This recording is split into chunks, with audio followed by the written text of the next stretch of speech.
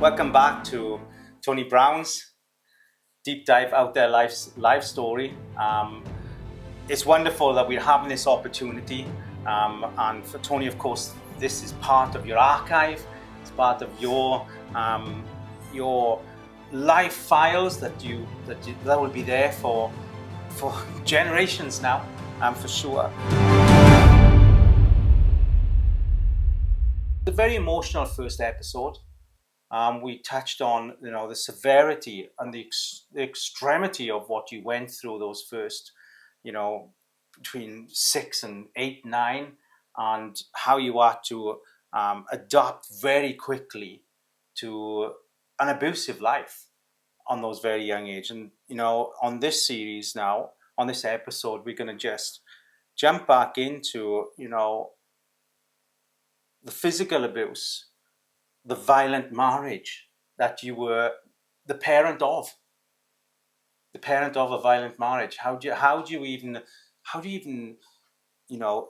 put that into a shape in your mind? At 6-year-old, you're the parents of the parents. It's crazy. But let's come back, and I want to start this episode with the black teenager finding his own home. Now let's think about this. You had a home, but then suddenly, because of the 11 plus that we spoke about in the last episode, Dad's like, well, this isn't good enough. I'm going to put him in a boarding school. Now, there was a universal alignment where there was a kind of preparation, because the summer before he went to boarding school, there was the Billy Bunter books. Yes. Let's just talk about the Billy Bunter books. Tell me about that synergy and how that helped. When I was told that I was going to be going to boarding school, first I felt really excited. Mm-hmm. And at that time I used to go to the local library in town quite a bit. And I was in there one day and I came across these Billy Bunter books. And it was all about somebody who went to boarding school, and he was rather rotund, rather large. Mm-hmm. And it was all about his adventures in a boarding school. And I think I read virtually every one of those series of books on Billy Bunter. I mean, did Billy Bunter then sort of create a foundation of confidence for you? Did reading those books, did it bring some kind of strength to you and readiness? It brought some readiness and excitement, but I suppose also looking back now, Billy Bunter was the odd one out because of his size. Mm-hmm. Now, that never really clicked with me at the time, Mm-hmm. but looking back, when I went to that school, I was the only black kid, so I was the odd one out. Yeah. So, yes, there must have been some synergy with Billy Bunter at some level. And let's go into this. Your home and family was the boarding school. Yes. Even though you had an address, you didn't have an address. And we think about it, so at 11 years, you were sent to boarding school, and it was Dad's decision. And as you said, you're the only black lad in the school. And this would have been perhaps your first experience of, race bullying, perhaps. I'd had it previously at primary school, but at least at primary school, then you could get away from it at the end of the day. Mm-hmm. In a boarding school, there is nowhere to go. Yeah. How lonely was that? Was that somewhat as lonely as it was living at home with mum and dad? Or did you, because you knew how to negotiate bullies because you lived with two. So you knew how to manage bullies because you lived with two. So how did you negotiate that environment with that level of bullying again? I think it was probably very good preparation for it, looking back, because I fitted in reasonably well. There were one or two bullies who were a lot bigger than me, and I couldn't fight them off. But then I did make a lot of friends as well amongst the rest of the people at the school. Do you think that you were targeted because you were a black child there? By one or two, and that was their own. What was the year of this? Situation. What year are we in now? This is 69. Yeah, I see that. But then also that you were a skilled little footballer, rugby because you were a good kicker. You thrived at English and French. And overall, you did feel you had an enjoyable time at school. Yes. Although you're not really got much to measure by, considering where you come from. It could have been a milk ground in Beirut, and you would still had a better time than where you were. Do you get where we go with this? But you said you felt like a boy for the first time. You were being experienced and recognized, and the headmaster also recognized you. Tell me what that must have felt like, because you only felt that really with your Dutch foster parents. He was very nurturing. The headmaster. He was, yeah. Yes, and he was very encouraging of everything. And he would set the bar high, but then I would try and achieve that because A, I felt grateful to him, and secondly, I realized that I enjoyed striving for some things. Mm-hmm. Oh, wow. Isn't that great that now you've got a positive strive, because Dad was giving you a negative strive. So you've got a positive strive, and what do you feel he saw in you? Was it the pity? Was it the hurt? Do you think he was favouring you because he knew there was hurt there, or do you think someone finally seen me for my potential? I think it was the latter. I think he saw that there was some potential there which just needed bringing out, and my goodness, he encouraged it. What was his name? Do you remember? His name was Mr. K.C. Hunter. There it is, K.C. Hunter. Thank you. And we all have a saviour in our life. Mine is Mr. Gwyneth Davis. He saved me from being possibly a suicide student in school. He was someone that saved me as an individual, for seeing in me what the headmaster saw in yourself. And those angels were out there and are out there. And you experienced that there. And, that experience of that headmaster, how do you feel has influenced you now later in life in how you provide influence to others? It's enabled me to spot vulnerability in people very easily. It's enabled me to see when people are asking for help without asking for help, and to be available for them if they want to talk. Yeah. I want to talk about at this point now. How old are you? You're 11-year-old, is that correct? 11, 12, thereabouts. So here's what I want to go into here. At 12-year-old, you had a high level of emotional skill in managing bullies. Now let's just think about this. You just passed your first decade in life, and you have had to develop a skill in managing adult bullies. So a like-for-like bully is going to be easy for you to manage, because they've not got the maturity of bullying that your dad had, your mom had. Because what I've written here is, an advanced emotional ability to manage bullying at the age of 11. Tim, let's just share some thoughts on this, because think about that level of maturity that you would have had to or have at that age. Those guys that were coming in and doing the bullying, they would have been bullied themselves. Yeah. Naturally. Mm-hmm. So you effectively are still managing the bullying of that person's dad or mom in school.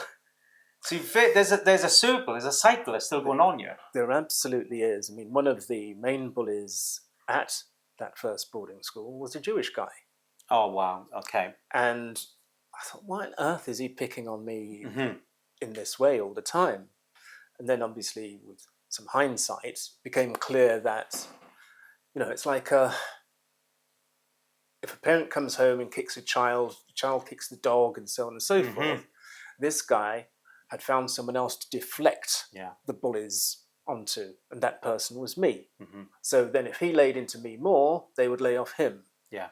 And that became apparent to me after a while. That's such a stamina to have at that early age, though, where you can, keep living somewhat normally whilst receiving that level of bullying also, and gone through that level of bullying. And, it's important that we bring this out, is that, again, at 10, 11-year-old, there was a seasoning of emotional management that very few 11-year-olds would have had to have.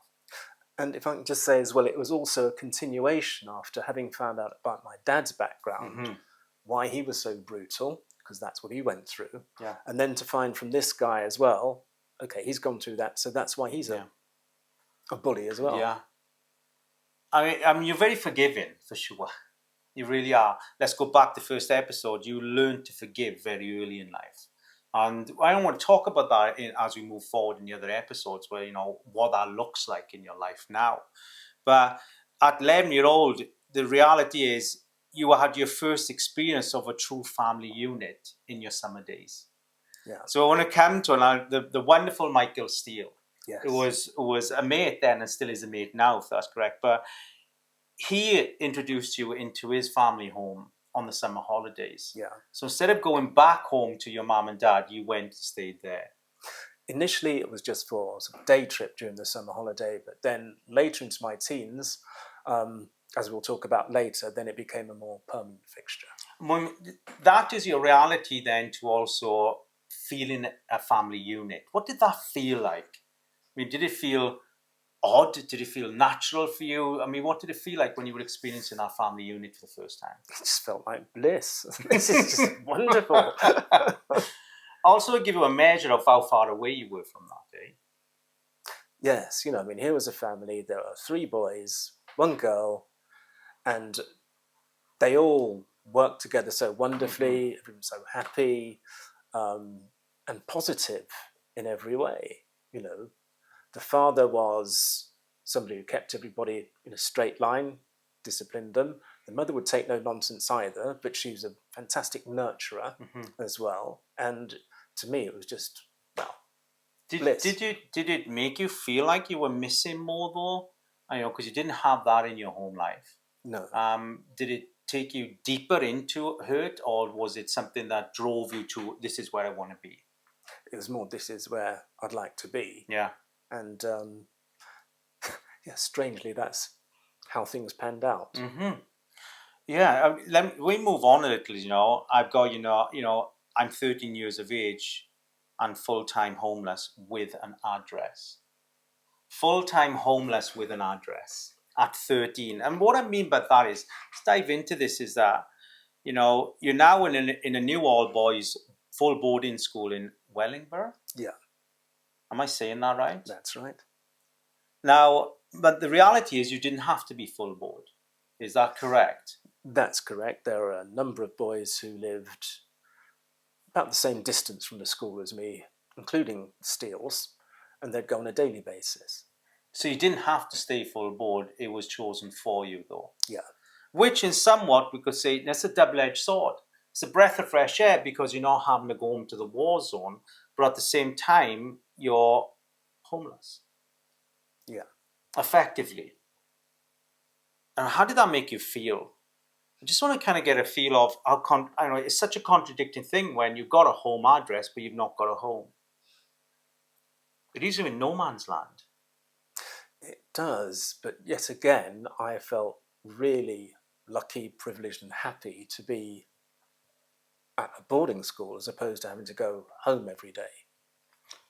Wow, now that lucky, privileged, and happy are words that I use in order to stay sane.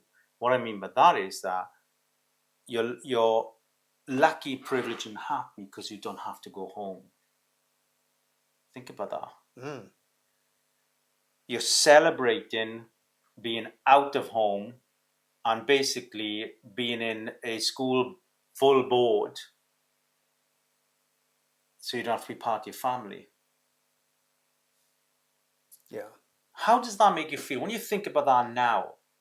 And you know, we can't go back, but when you think about that now, do you have that, damn you, mom and dad? Or do you have that, do you know what, they were just broken people and the boarding school saved me? It's definitely the latter.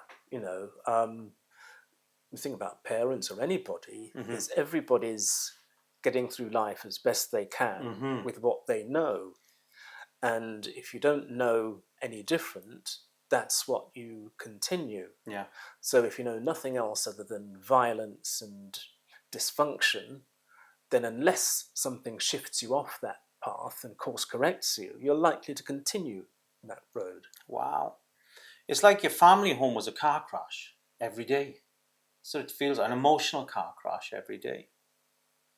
But here's the thing is that, you did establish friends, and you still, you become popular in your own way.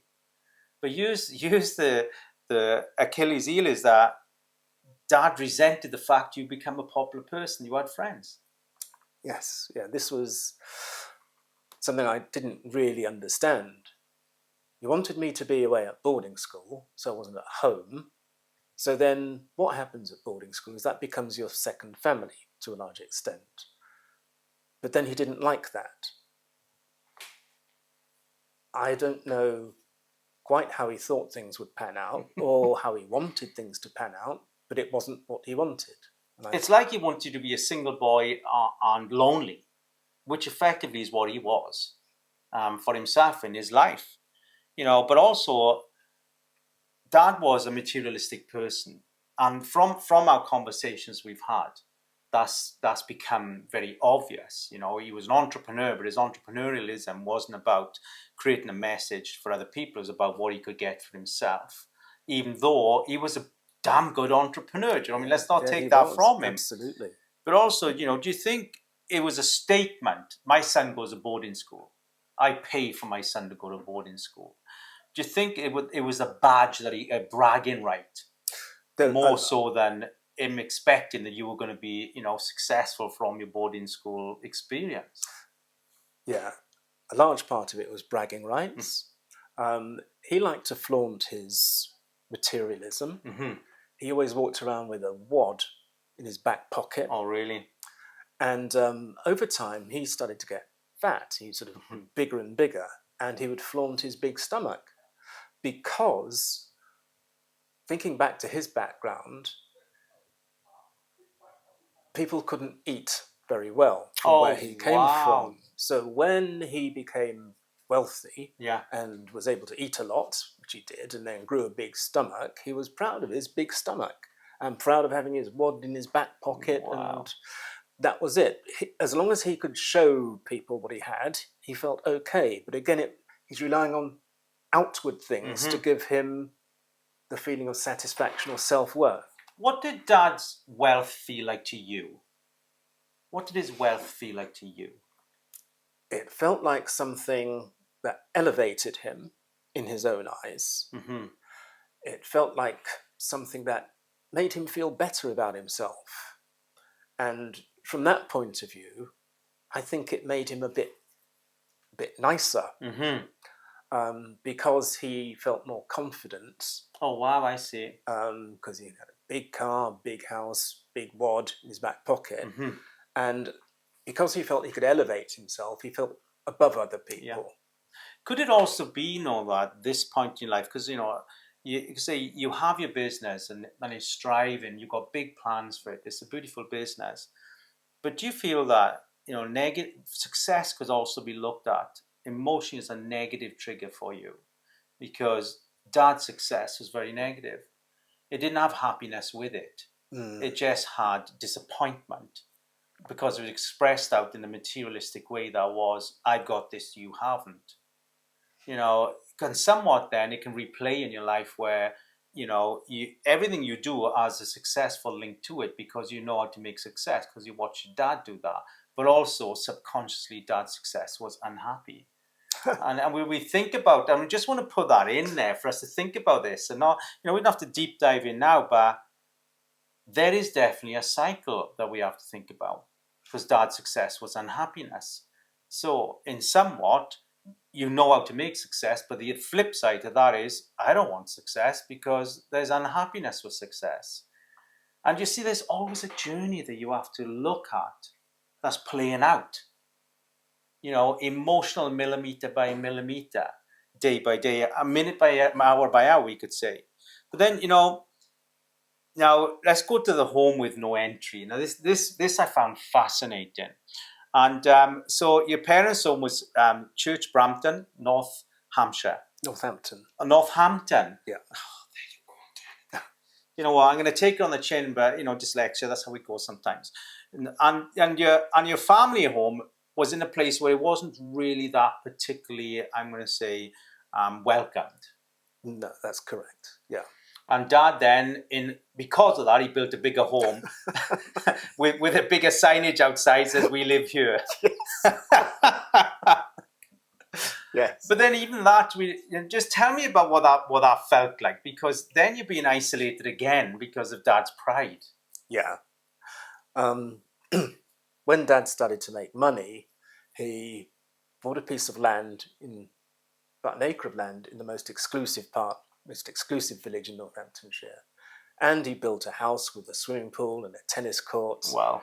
And a lot of people there didn't want us to move there. So, there were some protests and people sort of had to go at the council to protests. Trying to ban the bomb. Trying to stop him from purchasing the land. Wow. Of course, that just made him even more determined to do so. And he did, he was sticking his middle finger up at all of them. Wow. But then, of course, again, when we think about that, the size of success becomes negative also. Because the bigger the message, the more ripple that is creating in people's disappointment of him. It's just surreal. And let's also, when we think about that home now, Mum and Dad living in that home, supposedly great home, play tennis, go swimming, happy husband and wife. But then I want to jump on to the time when you came home from the end of school term, and all the locks have been changed. Yeah. How old were you, please? About 15, 16, thereabouts. So not old enough to vote or anything in those days, So you're 15, 16, and suddenly you can't get into your home. Mum and Dad had separated. Yeah. And you had no knowledge. No note, how did you get hold of us? What did you do how did you get around that? How did you negotiate that? Well, I came home, the end of term, put my key in the lock, it didn't work. Thought, okay, go around the back of the house. And then I noticed that all the doors had sort of bolts and padlocks all the way around. So there was no way to get into the place. I didn't know what to do. Parents nowhere to be seen. So I went down to this thing called a phone box, which some people might remember. Yeah. Little red thing. And in those days, because without mobiles, you had to remember your friends' numbers. And luckily, I remembered my best friend's number, Mike Steele. Rang his number from the phone box and said, "I don't know what's going on, but parents have gone. I can't get in the house." He said, "Just stay there." Went and got his mum. His mum says, "Where are you?" I said, "I'm phone box down the road." She said, "Stay there. I'm coming to get you." Wow. How long was that summer? How many weeks? It's been 6 weeks. So, or more actually, because the holidays were longer at boarding school. So and then any news from parents? No. Wow. So you're 15. You're now living with your mate through the summer. His family are looking after you, because if they didn't, you're basically on the street. Yeah. And I'm guessing Dad will have locked the doors up to keep Mum out. Well, what had happened, I found out subsequently, the bolts in the door and all the rest of it, it's because the house had been repossessed. Oh, wow. The mortgage company that had put all the bolts and the locks and, denied entry to anybody. And the parents are just... So you're at boarding school, there's fees and all these things, the mortgage hasn't been paid, the house has been repossessed, you are now homeless, effectively. No one has got hold of you. No one has given you a second thought. And now you spend the summer at the family that's effectively, we could say, unofficially adopted you. Yeah. And now you're back at school. You're going back to the only place you know that feeds you and puts a shelter over you, a roof over your head, as you say, and you've got no money for lodge because you can't pay your fees because Dad's not giving you anything. You haven't seen Dad to give you money to pay your school fees to go back to school, which is where you live. Yes. I mean, the odd thing was that I was the only black kid in the school, and this goes back to my dad and his wad and the way that he used to handle money. He used to have a safe in the ground of his big house, underneath the carpet, and you'd peel back the carpet, and then beneath there's a circular safe Mm-hmm. where he just stuffed tons of money Yeah. down there, which the taxmen would never find. And when it came to going back to school at the beginning of term, he would just pull out a wad, count out some money, say, "Here's your fees, boy." And of course, none of the other parents did that. They all paid by check or whatever. I was the only kid who would go to the bursary in the morning, the first day of term, and say, "Here's my fees." And count them out like that. That's just surreal. But on this particular occasion, of course, there was nothing. I had no wad to pay my fees. So I just had to go to the bursar and say, "I'm sorry, I don't have my fees this term. Don't know where my parents are." And he sent me to go and see the headmaster. Now, the headmaster, absolute saint. Now, I don't know how much he knew about what had gone on or what had been going on. And he just said, "Look, just keep your head down, study, and forget about the fees." Wow. And he basically kept you off the street. He did, and allowed me to stay at the school for the final 2 years or so without paying. And what was his name? His name was Graham Garrett. Graham Garrett. He died a few years ago. There was a memorial held at the school. I went to that, met his widow and his children, and I thanked them profusely for what he had done for me. Those 2 years, you would have been a different life for you if the headmaster hadn't given you the opportunity to.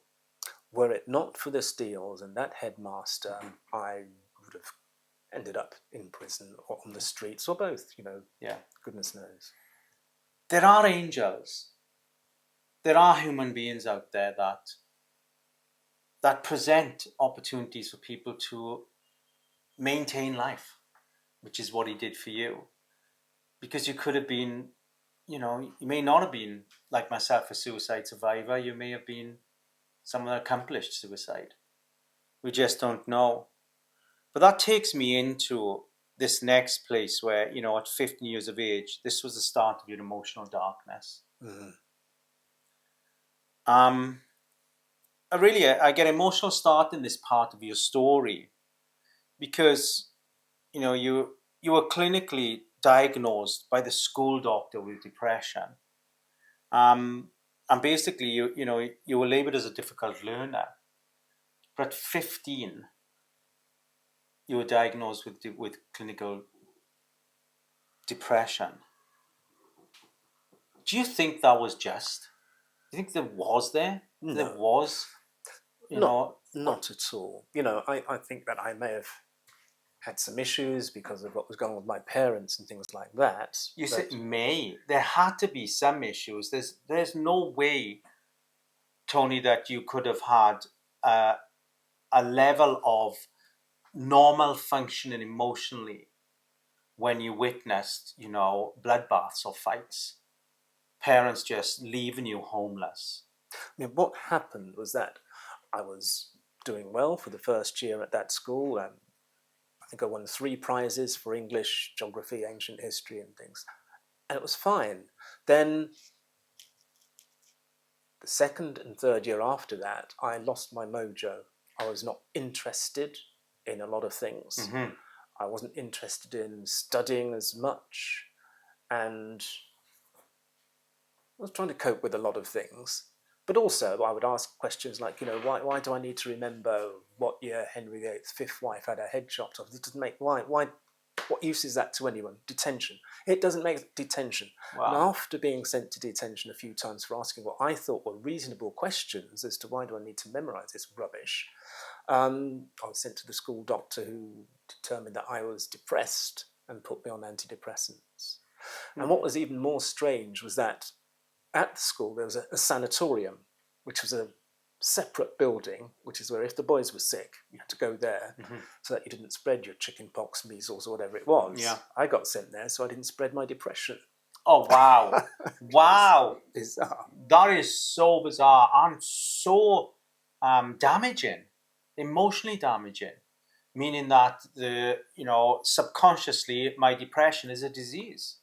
The strange thing was I was put on this medication, which would make me very sleepy and Mm-hmm. drowsy. And so I was there for several days and then allowed back into the general populace. But then I had to take this stuff every day. At a young age where it would have created that fog in your life. Wow. When I think about that early start to antidepressants and how then is creating that emotional signature within you of having to, one, grow a stamina to now have to think out past antidepressants to try and think, to function normally amongst those children that you were, studying with that are not on antidepressants. You're having to twice the think and find twice the energy, emotionally, physically, and mentally. And now we're at 15? So we're not even our second decade in, and not only have you had to get that extreme level of advanced emotional stamina from your early childhood, but now it's double whammy because I'm now having to think past antidepressants in order to function in some way. Which, had quite a bearing on what I do now. Mm-hmm. But that is, I think, where a lot of it started, because I started to see the effect of antidepressants, and then that led into my studies after I left school and so on. Wow. Let's think about this episode. Let's think about the conclusion and the inner growth. I mean, the reality, first of all, that there is stability and it is available in the family. That's your experience here on this episode. The reality is you deserve good friends. You didn't have that until, this portion of your life. It's like, man, people do like me. People do like being with you. Can I just say another important thing there is that my dad would always say, look, leave your friends, your family will always be your number one priority and look after you.